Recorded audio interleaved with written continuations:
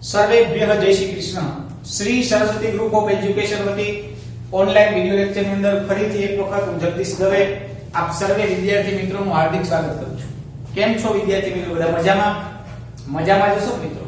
તો જોઈએ આપણે આજના દિવસે મિત્રો સંસ્કૃત કક્ષા 10 એટલે કે ધોરણ 10 ચેપ્ટર નંબર 1 સંબદ્ધ્વમ, એનો અર્થ એવો થાય કે સાથે મળીને બોલો, અને પાર્ટ 2 એટલે કે ભાગ બીજો। તો મિત્રો પહેલા ભાગની અંદર આપણે શું જોયું? તો પહેલા ભાગની અંદર આપણે બધાએ વેદ વિશે થોડી ટૂંકમાં માહિતી મેળવી। એને બહુ ઝાઝી માહિતી તો ન કહેવાય, કારણ કે વેદો બહુ ખૂબ જ કઠિન છે અને સમજવા પણ મુશ્કેલ છે, છતાં પણ આપણા જેટલી જરૂરિયાત પૂરતું જ્ઞાન હતું અને મને જેટલું આવડતું હતું એમાંથી મેં થોડું ઘણું તમને એમાંથી પીરસું છે। તો મેં પહેલા જ કીધું હતું આ બધા ચેપ્ટરો છે ફક્ત ને ફક્ત ટેક્સ્ટ બુક અને પરીક્ષા લક્ષી જ નથી, આપણા જીવનની અંદર પણ ક્યાંક ને ક્યાંક એ ઉમેરાયેલા છે, ક્યાંક ટચ થયેલા છે, લાઈફની અંદર ક્યાંક ને ક્યાંક અનુભવ થયા હશે, નહીં થયા હોય તો થશે, એના માટે થઈને આ ખૂબ જ જરૂરી છે। તો આ ચેપ્ટરની શરૂઆત કરતા પહેલા હું તમને એક વખત કહી દઉં અને બધા લેક્ચરમાં કહીશ કે જ્યારે પણ સંસ્કૃતનો લેક્ચર હોય ત્યારે તમારે એક રફ બુક, એક ટેક્સ્ટ બુક અને એક પેન, આ ત્રણ વસ્તુ હારે રાખવાની અને પછી જ વિડિયો જોવા બેસવાનું। એટલે શું છે કે વારે ઘડી આપણે હલનચલન ન કરવું અને આપણું માઇન્ડ છે બરાબર છે એક જ જગ્યાએ વિડિયોમાં ફોકસ રહે એટલા માટે છે। તો ચાલો મિત્રો શરૂઆત કરીએ ટેક્સ્ટ બુક, પેન અને રફ બુક સાથે। તો આ વિડિયોની આપણે શરૂઆત કરીએ। પહેલો જે પાર્ટ છે એ આપણે જોયો હોય, બીજા પાર્ટની અંદર પહેલું ચેપ્ટર સંબંધિત સ્ટાર્ટ કરીએ એની પહેલા આપણી ટેક્સ્ટ બુક પેજ નંબર 1 ઉપર પ્રસ્તાવના આપેલી છે ગુજરાતીમાં, બધા જ ચેપ્ટરમાં આપેલી હોય છે, એ ખૂબ જ જરૂરી હોય છે। શું કામ? તો કે જ્યારે પણ આપણે પરીક્ષાની અંદર ગુજરાતીમાં પ્રશ્ન પૂછે છે ને 2 માર્ક્સના પ્રશ્ન પૂછાય, ગુજરાતીના પ્રશ્નો બધા 2 માર્ક્સના પૂછાય છે, એટલે કે એ જો ચેપ્ટર તમે કરી લેશો ને, એ યાદ રાખશો ને, તો એમાંથી પણ તમે ઘણા બધા એના જવાબ લખી શકશો। બીજું તો કે પેપર સ્ટાઇલમાં કર્તા અને કૃતિના જોડકા હતા, એ પણ એમાંથી પૂછાય છે, એટલે એના માટે થઈને ખૂબ જ પ્રસ્તાવના ખૂબ જ જરૂરી છે। અને આ ચેપ્ટર 10 નું પણ ખૂબ જ જરૂરી। શું કામ? તો કે આની અંદરથી 2 માર્ક્સના પ્રશ્નો પૂછાય છે ગુજરાતીના, ત્યાર પછી તો કે એના પછી શ્લોક પૂર્તિ પૂછાય છે। આખી ટેક્સ્ટ બુકમાંથી આપણે 7 શ્લોકો પૂછાય છે, આખી ટેક્સ્ટ બુકમાંથી શ્લોક પૂર્તિમાં ફક્ત ને ફક્ત ખાલી 7 જ શ્લોકો પૂછાય છે। એ 7 શ્લોકોમાંથી 2 શ્લોકો તો આ ચેપ્ટરમાં જ છે, એટલે એના માટે પણ ખૂબ જ જરૂરી છે। તો આપણે જોઈએ, શરૂઆત કરીએ મિત્રો ચેપ્ટર નંબર 1 સંબદ્ધ્વમ, સાથે મળીને બોલીએ, એની પ્રસ્તાવના બધાનું ધ્યાન ટેક્સ્ટ બુકમાં। વેદો ભારતીય જ્ઞાન અને ધર્મ પરંપરાના આદિ સ્ત્રોત છે। ઋગ્વેદ, યજુર્વેદ, સામવેદ અને અથર્વવેદના નામથી જાણીતા છે। આપણે જે કાલે જોયા વૈદિક પરિચય, અને શું કીધું તો કે ભારતીય જ્ઞાન અને ધર્મ પરંપરાના આદિ સ્ત્રોત છે। આપણી જે ભારતીય સંસ્કૃતિ છે, આપણે જે કંઈ સામાજિક, વ્યવહારિક બરાબર છે, પછી વિદ્યાલક્ષી જે કંઈ જ્ઞાન પ્રાપ્ત થાય છે એ મોસ્ટ ઓફ બધું જ હું તો એમ કહું છું કે બધું વેદોમાં રહેલું જ છે। અત્યારે સાયન્સ ટેકનોલોજી ખૂબ જ આગળ વધી છે, પરંતુ એ કેમાંથી નીકળી તો કે વેદ છે ને એ જ વિજ્ઞાન છે। વેદની બહારનું આ બ્રહ્માંડની અંદર કાંઈ પણ છે નહીં, તમે કાંઈ પણ સંશોધન કરો કોઈ પણ, તો એ વેદોમાં રહેલું જ છે, પરંતુ આપણને એ વેદો ખૂબ જ અઘરા છે એટલે આપણને એ સમજાતું નથી, એટલે આપણે એનું થોડું ગુજરાતીમાં એના ઘણા બધા ભાષ્યો ઘણું બધું આવે છે બરાબર છે। તો આપણે જોઈએ આપણે આ પાઠની અંદર આ 4 વેદ પદ્યાત્મક છે। આ 4 વેદ કેવા છે? તો મંત્રાત્મક, પદ્યાત્મક, શ્લોકો, મંત્રો વગેરે। વેદના આ પદ્યોને મંત્ર તરીકે ઓળખવામાં આવે છે। વેદના જે પદ્ય છે એને મંત્રો તરીકે ઓળખવામાં આવે છે। 4 વેદની અંદર મંત્રો રહેલા છે। આવા મંત્રોમાં અનેક પ્રકારની સ્તુતિઓ આવેલી છે। આવી સ્તુતિઓ દ્વારા ઉપદેશ પણ આપવામાં આવ્યો છે। હવે મંત્રો દ્વારા શું કહેવામાં આવેલું છે?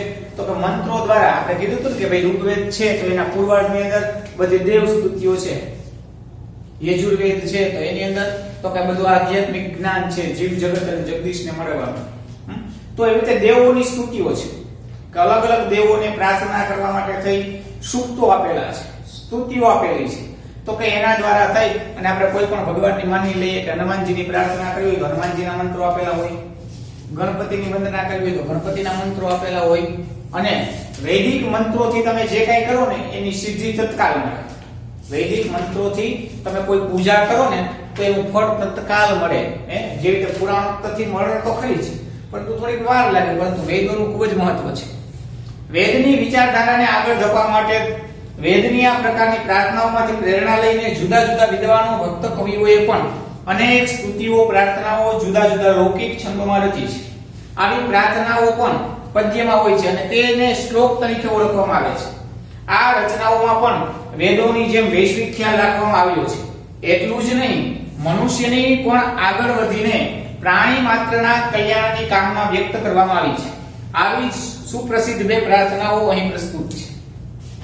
કહેવાય છે વેદો હતા ને ખૂબ જ અઘરા હતા. પછી ઘણા બધા શાસ્ત્રીઓ થઈ ગયા, પંડિતો થઈ ગયા, ઋષિ મુનિઓ થઈ ગયા, વિદ્વાનો થઈ ગયા. એમણે શું કર્યું તો કે એને સહેલા બનાવવા માટે થઈ અને એની ટ્રાન્સલેશન કર્યું. કેમાં કર્યું તો કે મંત્રમાંથી શ્લોકમાં ટ્રાન્સલેશન કર્યું. અને પછી સ્તુતિઓ આપણે કેમ સરસ્વતીનો શ્લોક બોલીએ છીએ, યા કુંદેન્દુ તુષાર હાર ધવલા, એવી રીતે તો એનો વેદનો મંત્ર પણ છે. તો એવી જ રીતે ઘણી બધી સ્તુતિઓ છે. અને સ્તુતિઓ અને મંત્રો છે હંમેશા કેના માટે હોય તો કે કોઈ એક માટે ન હોય. વેદો છે કોઈ એક માટે નથી, બધા જ માટે છે. સમગ્ર વિશ્વ માટે, ખાલી ભારત પૂરતા જ નહીં પરંતુ ઓલ ઓવર વિશ્વ માટે બધાને ઉપયોગી છે. એટલા માટે થઈ અને પછી સ્તુતિઓ રચાણી એને જે લખવામાં આવેલી છે એને કહેવાય શ્લોક, અને વેદોમાં જે આપેલા છે એને કહેવાય મંત્રો. અને એના દ્વારા વિશ્વ કલ્યાણની આખી ઉપાસના છે, આખે વિશ્વ કલ્યાણની ભાવનાઓ રહેલી હોય છે એની અંદર. અને એના માટે થઈ અને આ ચેપ્ટરની અંદર પણ બે સરસ મજાની સ્તુતિઓ કરવામાં આવેલી છે.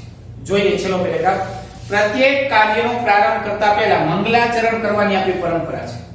કોઈ પણ કાર્ય કરીએ, આપણે સ્કૂલની અંદર તમે જોયું હશે કે નાની એવી ઇવેન્ટ હોય ને તો પણ આપણે દીપ પ્રાગટ્ય કરીએ, કરીએ મંગલાચરણ કરવાની કોઈ પણ શરૂઆત કરીએ એટલે મંગલાચરણથી કરીએ. એટલે કે અમારું જે કાર્ય છે એનો ભાવ એવો કે નિર્વિઘ્નતાથી પરિપૂર્ણ થાય, એમાં કોઈ પણ પ્રકારના વિઘ્નો આવે નહીં. આ પરંપરાને અનુસરીને આ મંત્રો તેમજ શ્લોકો દ્વારા સંસ્કૃતના અભ્યાસનું મંગલાચરણ કરીશું. જો શું કીધું તો કે અહીંયા શું કામ મંગલાચરણની જરૂર તો કે 10મા ધોરણમાં આપણે સંસ્કૃત ભણવાની શરૂઆત કરીએ ને મિત્રો, અથવા તો 10મું ધોરણ સ્ટાર્ટ કરીએ ને ત્યારે આ વેદના મંત્રો અને શ્લોકો આપેલા છે એનું મંગલાચરણ કરી, એના ઉચ્ચારણ કરી, એને શીખી અને પછી આપણો અભ્યાસક્રમ આપણે આગળ વધારશું. પ્રસ્તુત પાઠમાં પસંદ કરાયેલા ઋગ્વેદના મંત્રમાં સામાજિક વ્યવહાર અંગેનો ઉપદેશ છે. હવે આની અંદર એક ઋગ્વેદનો મંત્ર, પહેલો જ મંત્ર ઋગ્વેદનો છે. તેમાં શું કીધું તો કે સામાજિક વ્યવહારનો ઉપદેશ આપવામાં આવેલો છે. યજુર્વેદમાંથી પસંદ કરાયેલા બીજા મંત્રમાં દુર્ગુણોને દૂર કરવા માટેની પ્રાર્થના છે. યજુર્વેદમાંથી જે બીજો મંત્ર લીધો છે એમાં આપણા અંદર રહેલા દુર્ગુણો છે, આપણા દુર્વિચારો છે, એને દૂર કરવાનું કીધું છે. જ્યારે ત્રીજા અથર્વવેદના મંત્રમાંથી પારિવારિક જીવનનો આદર્શ બની રહે તેવો એક ઉપદેશ આપવામાં આવ્યો છે. ત્રીજા મંત્રમાં શું કહેવામાં આવ્યું છે તો કે ત્રીજા મંત્રની અંદર આપણું જે પારિવારિક, આપણે જે પરિવારની અંદર રહીએ છીએ એના સંબંધો કેવા હોવા જોઈએ અને આપણે આપણી ફરજ શું બને એનો ઉપદેશ આપવામાં આવ્યો છે. છેલ્લા બે શ્લોકમાં સમગ્ર સમાજ તથા દેશનું હિત અને કલ્યાણ થાય એવી શુભકામનાઓ પ્રગટ થઈ છે. અને ચોથો અને પાંચમો આ બે શ્લોક છે અને એની અંદર સમગ્ર દેશ એટલે કે ખાલી ભારત પૂરતું નહીં, સમગ્ર વિશ્વના મનુષ્યો માટે અત્યારે ખાસ કરીને જે મહામારી ચાલે છે એના માટેનો તો જબરદસ્ત ચોથો શ્લોક આપેલો છે કે એના દ્વારા થઈ અને આપણે સમગ્ર વિશ્વનું કલ્યાણ કઈ રીતે થાય અને સમગ્ર કલ્યાણની ભાવનાઓ રહેલી છે. તો જોઈ પ્રસ્તાવના. હવે મિત્રો શરૂઆત કરીએ. સૌથી પહેલા પહેલો મંત્ર, બરાબર છે. જોઈએ પહેલા તો આપણે ઉચ્ચારણ આવડવું જોઈએ. પહેલા ઉચ્ચારણ એક વખત જોઈ લઈએ. સમ ગચ્છધ્વમ સમ વદધ્વમ સમ વો મનાંસી જાનતામ દેવા ભાગમ યથા પૂર્વે સમજાનાના ઉપાસતે. ફરીથી મારે જ્યારે બોલજો, જો સંસ્કૃતની અંદર ખાસ ધ્યાન રાખજો, ઉચ્ચારણ સ્પષ્ટ હશે તો જ તમે, જો તમને બોલતા વ્યવસ્થિત આવડશે તો જ તમે લખશો. જેવું બોલશો ને એવું લખશો. એટલે ઉચ્ચારણ સ્પષ્ટ હોવું જોઈએ. ફરીથી એક વખત મારી સાથે બધા બોલજો. સમ ગચ્છધ્વમ સમ વદધ્વમ સંભો મનાંસી જાનતામ દેવા ભાગમ યથા પૂર્વે સમજાનાના ઉપાસતે. હવે મિત્રો આ શ્લોક મોસ્ટ આઈએમપી છે. કેવો છે? આઈએમપી છે. શું કામ? તો કે આપણી ટેક્સ્ટ બુક ની અંદર જે 7 શ્લોકો શ્લોક પૂર્તિમાં પૂછાય છે એમાંનો એક આવડો શ્લોક છે. એમાં પૂછાય છે તો કે શ્લોક પૂર્તિમાં. બરાબર છે. તો આપણે આ શ્લોક મોઢે કરવાનો છે બધાએ ફરજિયાત. કારણ કે આખી ટેક્સ્ટ બુક માંથી ફક્ત 7 જ શ્લોક કરવાના છે. એમાં સૌથી પહેલો જે શ્લોક છે એ શ્લોક પૂર્તિનો છે અને 2 માર્ક્સમાં પૂછાય છે. તો આપણને આ શ્લોક આપણે પાકો કરવાનો છે. તો પાકો કરવા માટે થઈને આપણે એને રાગની અંદર બોલી જઈએ. બરાબર. હું રાગમાં બોલું છું તો મારી યાર બધા બોલજો. સંગચદ્વમ સંવદદ્વમ સંવો મનાંસી જાનતામ દેવા ભાગમ યથા પૂર્વે સંજાનાના ઉપાસતે. ફરીથી એક વખત. સંગચદ્વમ સંવદદ્વમ સંવો મનાંસી જાનતામ દેવા ભાગમ યથા પૂર્વે સંજાનાના ઉપાસતે. ક્યાં હું અટકું છું, કયા અક્ષર ઉપર ભાર આપું છું, કેને લંબાવું છું, જ્યાં દીર્ઘ છે ત્યાં લંબાવવાનું છે, એ બધું તમારે ધ્યાન આપવાનું છે. ફરીથી એક વખત જોઈએ એટલે કે તમારે આ જ રાગમાં બોલવાનું છે. સંગચદ્વમ સંવદદ્વમ સંવો મનાંસી જાનતામ દેવા ભાગમ યથા પૂર્વે સંજાનાના ઉપાસતે. તો મિત્રો આપણે જોયો મંત્ર જોયો, આપણે ઉચ્ચારણ કર્યું. હવે આપણે એનો અહીંયા મેં લખ્યું છે અન્વય. અન્વય શું કે સંસ્કૃતની એક ખાસિયત છે મિત્રો કે એનું ટ્રાન્સલેશન છે ને ડાયરેક્ટ પહેલેથી સ્ટાર્ટ ન થાય. અહીંથી શ્લોક ચાલુ થયો તો ત્યાંથી જ ન ચાલુ થાય. ત્યાંથી તેનું ટ્રાન્સલેશન ચાલુ થાય નહીં. તો એના માટે તેને શું અન્વય એટલે શું તો કે વાક્ય રચના પ્રમાણે ગોઠવાયેલા શબ્દ. જોઈએ આપણે કે આનું ટ્રાન્સલેશન શ્લોક અહીંથી ચાલુ થાય છે સમજો. હવે એનું ભાષાંતર ક્યાંથી ચાલુ થાય તો અહીંથી ચાલુ થાય. પૂર્વે ત્યાંથી.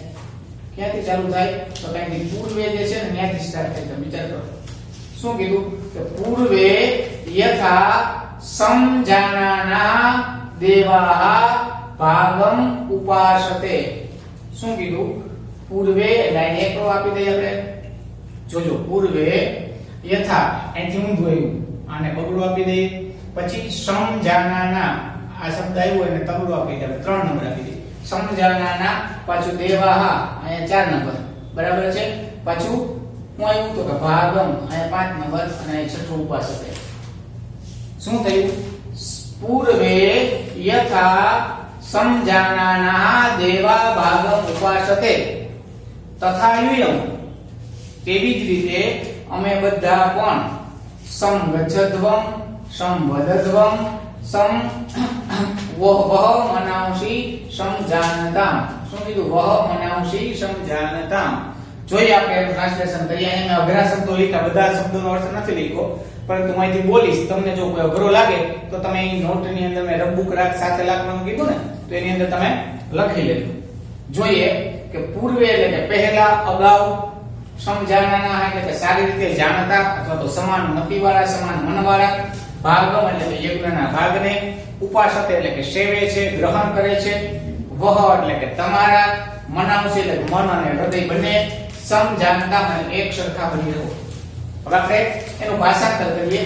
ખાલી ભાષાંતર. પૂર્વે યથા પૂર્વે એટલે કે અગાઉ, યથા એટલે કે જેવી રીતે, સમજાનાના એટલે કે સારી રીતે જાણતા અથવા તો સમાન મતિવાળા, દેવાહ એટલે કે દેવતાઓએ, ભાગમ ઉપાસતે ભાગનું સેવન કર્યું હતું. કેના ભાગનું તો કાઈ ભાગ શબ્દ છે ને એ યજ્ઞના ભાગનો છે.